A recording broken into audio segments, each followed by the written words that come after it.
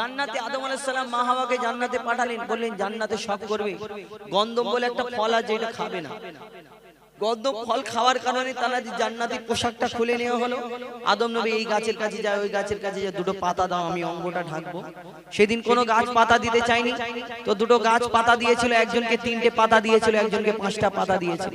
আমরা তাই 3টে কাফনের যে কাফনের কাপড় লাগাই 3 টুকরো 5 টুকরো। কিন্তু তারা যে জান্নাতের মধ্যে গন্ধম খেলে ইবলিস শয়তানের ধোঁকায় পড়ে, আমরা এটা শুনেছি জানি।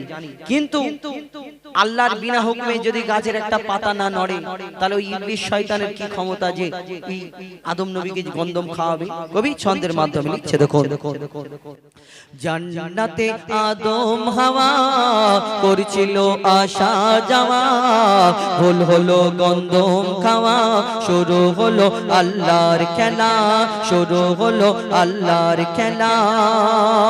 ভুল যদি না করতো আদম, আসতো না কেউ দুনিয়ায়, আসতো না মোর দয়ার নবী, দিতে খোদার পরিচয়, দিতে খোদার পরিচয়। জান্নাতে আদম হাওয়া করছিল আসা যাওয়া, ভুল হলো গন্ধম খাওয়া, শুরু হলো আল্লাহর খেলা, শুরু হলো আল্লাহর খেলা।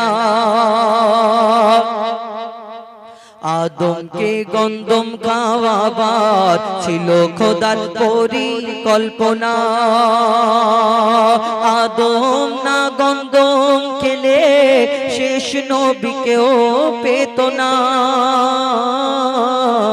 আদমকে গন্ধম খাওয়াবার ছিল খোদার পরিকল্পনা, কোরআনকে সৃষ্টি করে রাখলো ফেরেশতার মাথায়, সেই কোরআন পাঠিয়ে দেবে প্রিয় নবীজির সিনায়।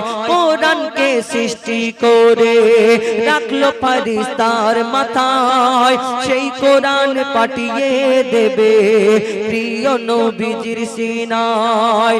ইবলিসের কি সাধ্য আছে আদমকে গন্ধম খাওয়ায়?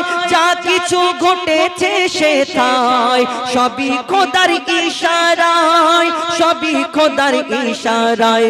হাওয়া আদম করেছে ভুল, দিল সেই ভুলের মাসুল, এলো মুহাম্মদ রাসূল আদমের বাগানায়। জান্নাতে আদম হাওয়া করছিল আসা যাওয়া, ভুল হলো গন্ধম খাওয়া, শুরু হলো আল্লাহর খেলা, শুরু হলো আল্লাহর।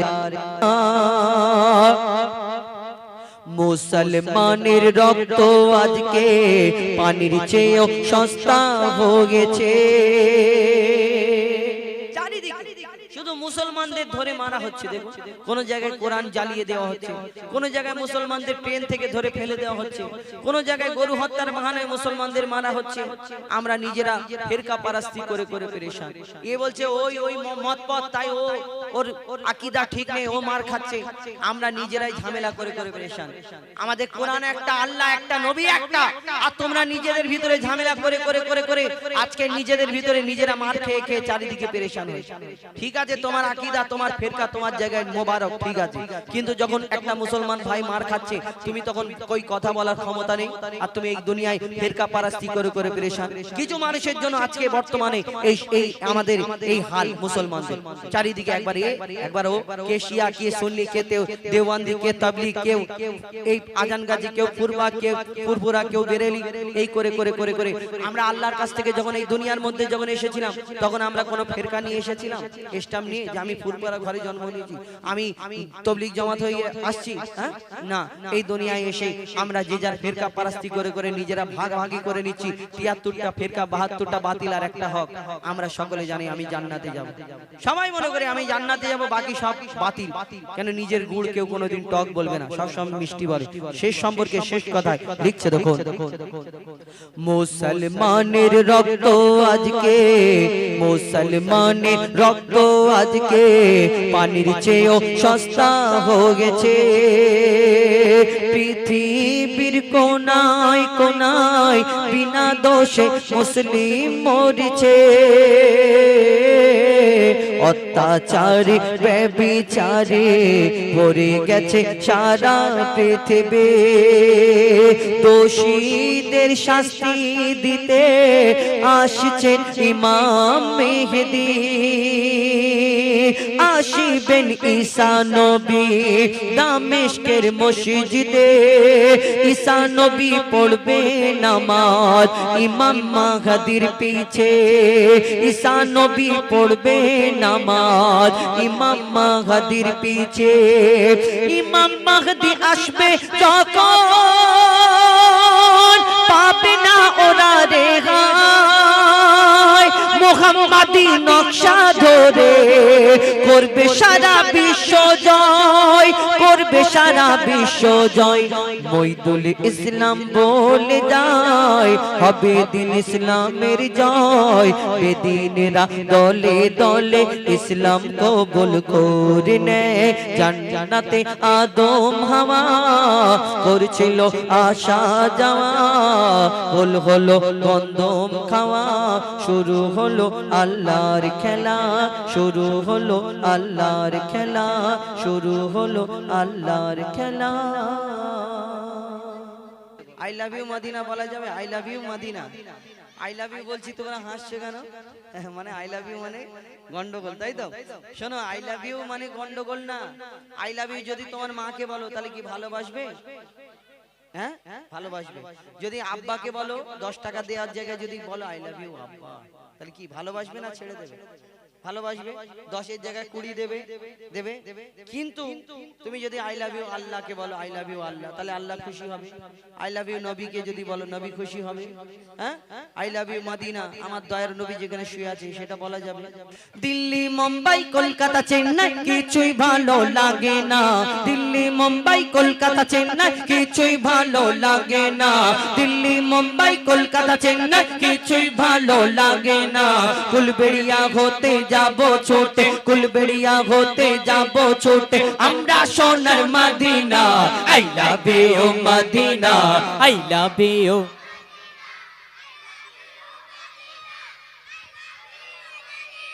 যে জোরে বলবে, যে জোরে দাঁড়া না, যে জোরে বলবে তাকে ফের দেবো, ঠিক আছে? কিন্তু জোরে জোরে বলতে হবে, জোরে জোরে। I love you Medina, I love you Medina, I love you Medina, I love you Medina, I love you Medina, I love you Medina. Delhi Mumbai Kolkata Chennai কিছুই ভালো লাগে না, দিল্লি মুম্বাই কলকাতা চেন্নাই কিছুই ভালো লাগে না। কুলবেড়িয়া হতে যাব ছোটে, কুলবেড়িয়া হতে যাব ছোটে আমরা সোনার Medina.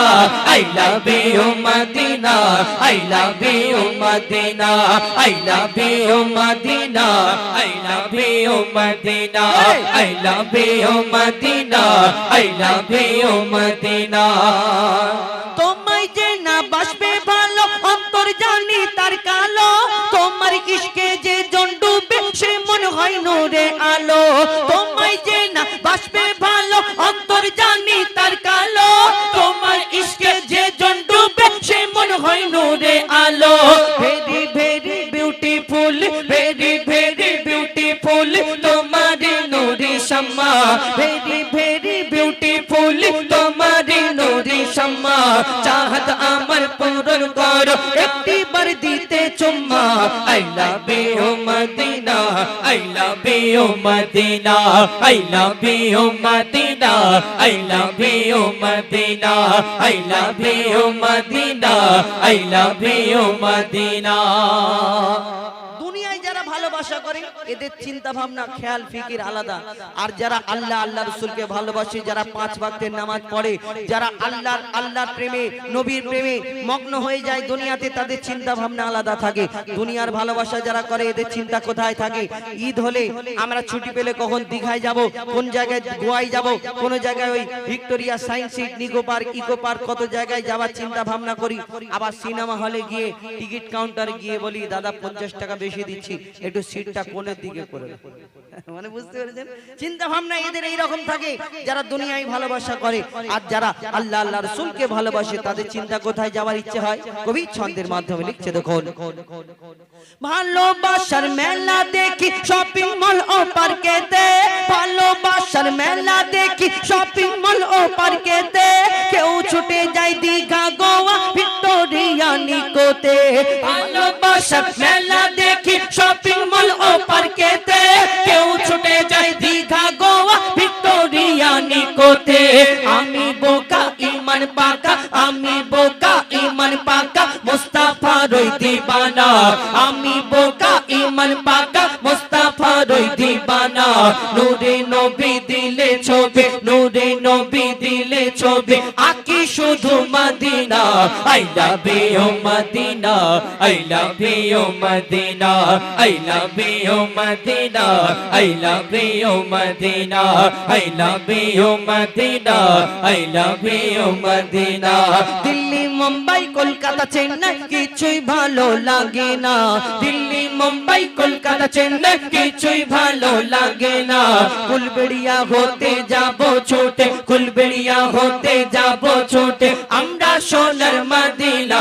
I love you Medina, I love you Medina, I love you Medina, I love you Medina, I love you Medina.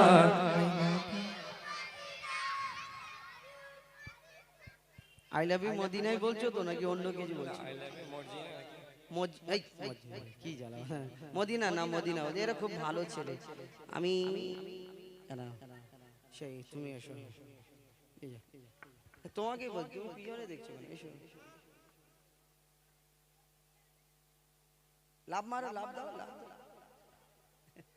আচ্ছা এমনি তো দেখি তুমি জোরে সত্যিকারে বলে, দেখি একবার দেখি আল্লাহু আকবার বলো। দাদা জোরে বলে নারে তাকবীর। আমি নারে তাকবীর বলবো, তুমি আল্লাহু আকবার বলবে, ঠিক আছে? নারে তাকবীর। আচ্ছা এই মাইকটা দাও, মাইক ওইটা ওইটা ওইটা ওইটা এই কত জোরে বলে, হালকা দেবে। আচ্ছা বলো তো, আমি তাকবীর দিলে তুমি ধরো মাইক মুখটা, আমি নারে তাকবীর বললে তুমি কি বলবে? আল্লাহু আকবার। আচ্ছা হ্যাঁ জোরে বলবে, হ্যাঁ দেখি, নারে তাকবীর, আল্লাহু আকবার, আল্লাহু আকবার। আচ্ছা একবার নারে তাকবীর বলো তো, বলো নারে তাকবীর, বলো না চাচা। ওই শোনো শোনো শোনো, কি নাম তোমার? ছায়েব মোল্লা। খুব মিষ্টি বাত, একটু মন দিয়ে শুনতে হবে, কেন এই গজলটা খুব দুঃখের গজল, কষ্টের গজল। কি কষ্টের গজল? যদি কারণ মা মারা যায় তার কেমন কষ্ট হবে? অনেক কষ্ট হবে। তো যখন আমাদের মা বেঁচে থাকে, আমার মা যখন রাগ করে তখন আমাদের কিরকম মনে হয়? খালি উল্টো পাল্টা বোঝো, খিটখিট এরকম বলি না, বলি না? তুমি শুধু আমাকে বকাবকি করো, তুমি আমাকে এটা বলো ওইটা বলো, এই করো ওই করো, এরকম কথা বলো। কিন্তু যখন মা জননী মারা যায় তখন এই রাগের কথাগুলো আর মাথায় থাকে না, তখন বুক ফেটে যায়, ছটফট করে মা জননীর জন্য। যেই মা জননীকে আমরা কষ্ট দিতে থাকি, যতই জালিম সন্তান হোক না কেন, যখন মা জননী খাটিয়াতে শুয়ে থাকবে তখন সেই সন্তান আর সহ্য করতে পারে না, ছটফট ছটফট করবে। আর যদি মা জননীকে দেখে তার মনে কষ্ট না হয়, মরা মায়ের মুখ না দেখে, তাহলে সে মানুষ না আমরা মনে করি। এই মা জননী একটা সন্তানের ঘটনা তুলে ধরেছে, যে একটা সন্তান তার মা অনেক কষ্ট করে, একটা মায়ের একটা সন্তান, আর তার মা অনেক কষ্ট করে মানুষ করেছে, তার বাপ ছিল না। আর সে মানুষ করার পরে ছেলেকে পড়াশোনা করিয়েছে, লোকের বাড়ি কাজ করে, ওই এইখানে ওইখানে রোজগার করে, এদিক ওদিক করে ঠিক রোজগার করে একটা সন্তানকে লেখাপড়া করে মানুষ করেছে। আর সেই সন্তানটা যখন ছোট ছিল, মা যা বলতো তাই, যেমন বলতো তেমন করতো। কিন্তু সেই সন্তানের যখন বিয়ে হয়ে যায়, বিয়ের পরে আমি সবাইকে খারাপ বলছি না, কিছু কিছু ঘরে এরকম হয়। তো একটা সেই সন্তানটা যখন বিয়ে হয়ে গেল, হয়ে যাওয়ার পরে মা জননী বুড়ো হয়ে গেল, খাটার মতো আর তাপ নেই। এবার ছেলে বড় অফিসার হয়ে গেছে, ডেলি সকাল বেলায় চলে যায়, সন্ধ্যে বেলায় ফিরে আসে। আর সেই মা জননী যখন তার সঙ্গে কথা বলার জন্য চিন্তা করে, মা জিজ্ঞেস করতে চায়, আমি অনুরোধ করব আওয়াজটা একটু কম করো। তো সেই সন্তানটা যখন ওই কাজে যাবার সময় মা বারান্দার ওই দরজার কাছে দাঁড়িয়ে থাকে, এই মুখ পানে এরকম করে তাকিয়ে থাকে আমার সন্তান যাচ্ছে, কিন্তু সেই সন্তানেরা সেই সময় হয় না যে মা গো আমি ওই কাজে যাচ্ছি একটু দোয়া করে এই কথাটা বলার জন্য। একটা মা যখন বুড়ো হয়ে যায় তখন সেই মা ওই সন্তানের জন্য কথা বলার জন্য সে ছটপট করে, কিন্তু সেই সন্তান আমরা আর বুঝতে পারি না। মা দেখবেন যখন আমরা বাইরে বের হই ওই জানলার কাছে বসে থাকে, দরজার কাছে বসে থাকে, আমরা যখন বাড়ি ঢুকি তখনও দরজার কাছে মা এরকম মুখ পানে চেয়ে তাকিয়ে বসে থাকে যে আমার সন্তানটা এলো, খেলো কি না খেলো। কিন্তু যখন তুমি বড় হয়ে যাও তখন সেই তোমার মা হয়তো তোমাকে আর জিজ্ঞেস করতে পারে না, কেন? ভয় লাগে মায়ের, বাপের ভয় লাগে যে আব্বা তুমি কিছু খেয়েছো, এই কথাটা বলতে পারে না। কেন? বয়স হয়ে গেলে তখন মনে হয় যদি আমার ছেলে কিছু বলে, এরকম হয় না বকাবকি। কিন্তু যখন একটা সেই মা যখন জিজ্ঞেস করতো তার মন ছটপট করতো, জিজ্ঞেস করতে পারতো না। কিন্তু যেদিন তার মা মারা গেল, তার মাকে যখন খাটিয়াতে শোয়ানো আছে, ওই মা জননীর মরা মুখটা দেখছে, যখন আস্তে আস্তে কবরে দাফন করার সময় হয়ে যাচ্ছে আর লোকজন যখন ভিড় হয়ে যাচ্ছে কান্নাকাটি করছে, তখন সেই সন্তানের বুকটা ফেটে যাচ্ছে, ছটপট করছে। সে কি বলে কবি ছন্দের মাধ্যমে লিখছে, দেখুন। ও গো মা জননী ঘুমিয়ে কেন, একবার ডাকো বাছা বলে। ও গো মা জননী ঘুমিয়ে কেন, একবার ডাকো বাছা বলে। এ দুনিয়া আমার আধার হলো, এই দুনিয়া আমার আধার হলো, আরে ডাকবো কারে আমি আম্মা বলে। ও গো মা জননী ঘুমিয়ে কেন, একবার ডাকো বাছা বলে, একবার ডাকো বাছা বলে। পানে যখন তাকাচ্ছে তার মন যখন ছটপট করছে, ভিতরে কান্নায় ফেটে যাচ্ছে, সে তার মন আরো কি বলে কবি ছন্দের মাধ্যমে লিখছে, দেখুন। কাঠের খাটে শুয়ে মাগো তুমি, দেখে মোর বুকটা ফেটে যায়, কার কোলে মাথা রেখে ঘুমাবো মাগো একটু বলে দাও না আমায়, তোমার মতো কে বাসবে ভালো মাগো, তোমার মতো কে বাসবে ভালো মাগো, কে হাত বুলাবে দুটি গালে। ও গো মা জননী ঘুমিয়ে কেন, একবার ডাকো বাছা বলে, একবার ডাকো বাছা বলে। আপনি যখন বাড়ি থেকে বাইরে কাজে যাবেন আর কাজ থেকে ফিরবেন, আপনার ঘর থেকে যদি কেউ আপনার স্ত্রী বলে আমার জন্য এটা আনবে, আমাদের সন্তানরা বলে আব্বা আমার জন্য এটা আনবে, কিন্তু আমার মা জননীও কোনোদিন কোনো শখ করে না, চিন্তা ভাবনা করে যে আমার সন্তানের কাছে টাকা আছে কি না আছে। কিন্তু যখন সেই সন্তানটা বাড়ি ফেরে সর্বপ্রথম স্ত্রী গিয়ে বলে হ্যাঁ গো আমার জন্য এটা আনতে বলেছিলাম এনেছিলে, আব্বা আমার জন্য এটা আনতে বলেছিলাম এনেছিলে, কিন্তু সেই মা জননী এসে যদি এই সন্তানটা পেরেশানের মধ্যে থাকে, কষ্টের মধ্যে থাকে, মা জননী ঠিক বুঝতে পেরে যায় যে আমার সন্তান কষ্ট আছে, কিন্তু বাদ বাকি কেউ বুঝতে পারে না। তার যেগুলো আনার জন্য ওই বলেছিল তারা এসে জিজ্ঞেস করে আব্বা এটা এনেছো, আমার স্বামী এটা এনেছো, এটা জিজ্ঞেস করে, কিন্তু মা জননী একটা আলাদা। কবি ছন্দের মাধ্যমে লিখছে, দেখুন।